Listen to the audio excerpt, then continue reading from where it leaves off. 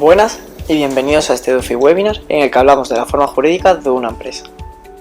El material de este vídeo lo podrán encontrar dentro de nuestro apartado EduFiem, nuestro portal con contenidos dirigidos para empresarios y emprendedores. Para más información pueden acceder al código QR que aparece en pantalla. También tienen los enlaces en la descripción del vídeo. No te olvides de darnos like y de suscribirte a nuestro canal. Empezamos este webinar respondiendo a la siguiente pregunta. ¿Qué características tiene una sociedad de responsabilidad limitada? En primer lugar, el capital mínimo ha de ser de 3.000 euros, dividido en participaciones iguales, que como sabemos no pueden denominarse acciones, no negociables en bolsa.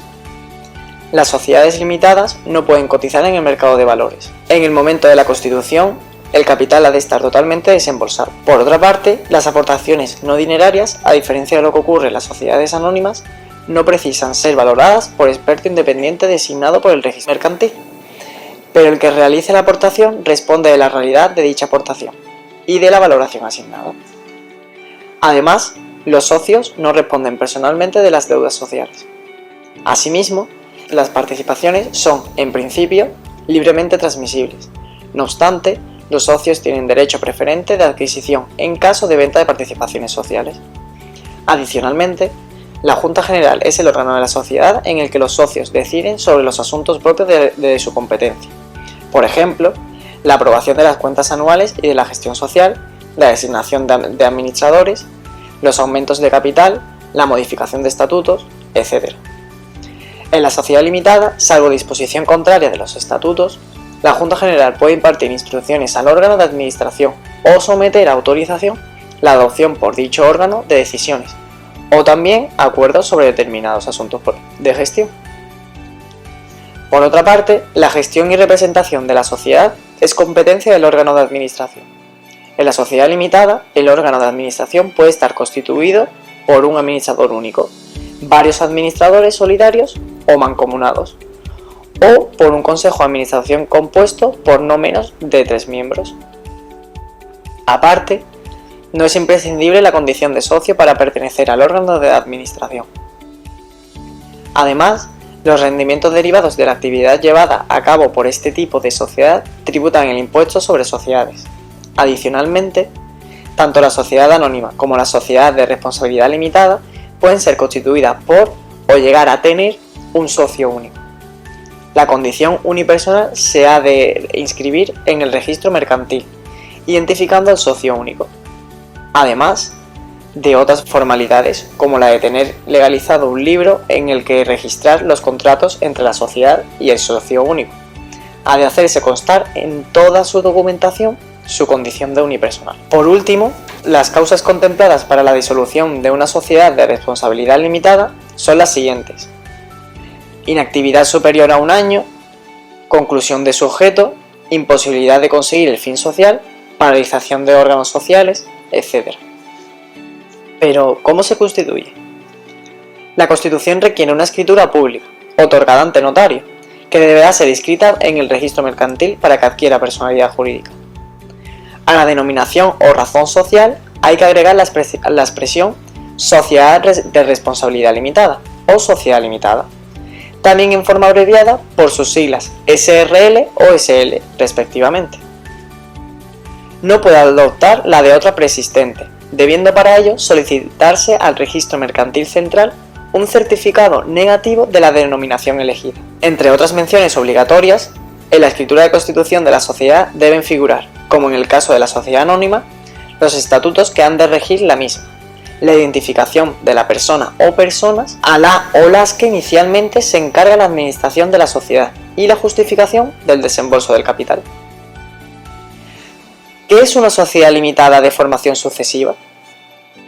En primer lugar, no tiene un capital mínimo establecido por ley, aunque hasta alcanzar la cifra de 3.000 euros, la sociedad estará sometida al régimen de formación sucesiva, que se estructura como sigue. En primer lugar, al menos el 20% del beneficio del ejercicio deberá destinarse a la reserva legal.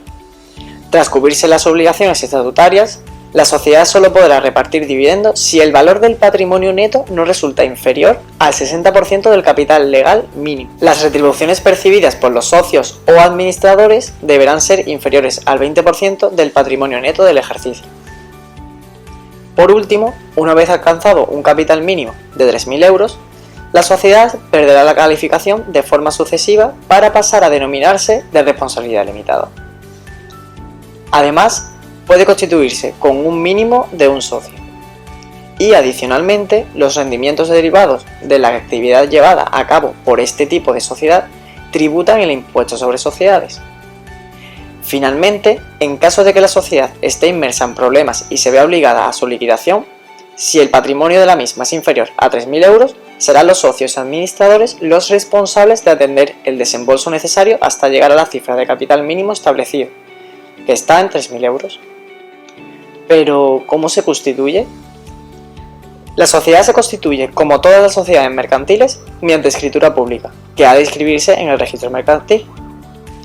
La sociedad limitada nueva empresa presenta las siguientes características. En primer lugar, en la denominación habrán de figurar los dos apellidos y el nombre de uno de los socios, un código alfanumérico y la mención Sociedad Limitada de Nueva Empresa o SLNE. En segundo lugar, el objeto social solo puede estar constituido por las actividades previstas en la ley agrícola, ganadera, forestal, pesquera, industrial, de construcción, comercial, turística, de transportes, de comunicaciones, de intermediación, de profesionales o de servicios en general. Además, solo personas físicas pueden ser socios de este tipo de sociedades. El número mínimo de socios se establece en 1 y el máximo en 5. Adicionalmente, el capital no puede ser inferior a 3.012 euros, ni superior a 120.202 euros. Por otra parte, el órgano de administración puede adoptar diversas formas, pero cuando la administración se atribuya a un órgano pluripersonal, y en ningún caso adoptará la forma y el régimen de funcionamiento de un consejo de administración. Para ser administrador, a diferencia de lo que ocurre en otras sociedades capitalistas, es necesario ser socio. Finalmente, los rendimientos derivados de la actividad llevada a cabo por este tipo de sociedad tributan el impuesto sobre sociedades. La sociedad se constituye, como todas las sociedades mercantiles, mediante escritura pública, que ha de inscribirse en el registro mercantil y puede constituirse con, o llegar a tener, la condición de unipersonal. Pero el socio único no puede ser socio único de otra sociedad limitada de nueva empresa unipersonal. Por otro lado, una sociedad limitada nueva empresa que cumpla los requisitos legales exigibles a este tipo societario, como número de socios en el momento de constitución, objeto social, capital social mínimo y máximo, etc., puede operar indefinidamente sin limitación temporal de su duración. Sin embargo, la sociedad nueva empresa se disolverá por las causas establecidas para las sociedades de responsabilidad limitada y, además, por consecuencia de pérdidas que dejen reducido el patrimonio neto a una cantidad inferior a la mitad del capital social durante al menos 6 meses, a no ser que se restablezca el patrimonio neto en dicho plazo. ¿Qué son las sociedades laborales? Además de las características compartidas, según su naturaleza, con las anónimas o de responsabilidad limitada de pertenencia, como por ejemplo la denominación de los títulos, cifra de capital, etc., y de su característica esencial apuntada en el concepto, siendo la mayoría de capital propiedad del conjunto de trabajadores, sus rasgos diferenciadores son los siguientes. En primer lugar, el capital está constituido por dos clases de acciones o participaciones. Clase laboral, propiedad de los trabajadores cuya relación laboral sea por tiempo indefinido, y clase general, para los restantes. Además, existe el derecho preferente de adquisición en caso de transmisión de acciones o participaciones de la clase laboral. Las acciones y participaciones, salvo previsión estatutaria en contra, podrán transmitirse libremente a los socios trabajadores y trabajadores no socios con contrato por tiempo indefinido. En este caso, el transmitiente deberá comunicar a los administradores de la sociedad, por escrito y de modo que asegure su recepción, el número de características de las acciones o participaciones que se proponga transmitir y la identidad del adquirente. En los demás supuestos, el propietario de acciones o participaciones comunicará a la sociedad el número, características, y términos económicos de las acciones o participaciones que se propongan transmitir, para que ésta se traslade la propuesta en el plazo máximo de 10 días a todos los posibles interesados, ya sean trabajadores indefinidos, socios trabajadores y socios generales. Estos deberán manifestar su voluntad de adquisición en un plazo máximo de 20 días, contados desde que le fue notificada la transmisión proyectada. Recibidas las ofertas de compra, los administradores dispondrán de 10 días para comunicar al vendedor la identidad del o de los adquirentes, priorizándose los interesados en caso de concurrencia, de acuerdo con el siguiente orden de preferencia. En primer lugar, trabajadores indefinidos no socios, en relación directa a su antigüedad en la empresa. En segundo lugar, socios trabajadores en relación inversa al número de acciones o participaciones que posean. En tercer lugar, socios de la clase general a prorrata de su participación en el capital social. En cuarto lugar, la sociedad. Si no se presentasen ofertas de compra en el plazo previsto, el propietario de acciones o participaciones podrá transmitirlas libremente. Si el socio no procediera a la transmisión de las mismas en el plazo de 2 meses, deberá iniciar de nuevo los anteriores trámites. Además, el número mínimo de socios se establece en 3. Pero, ¿cómo se constituye?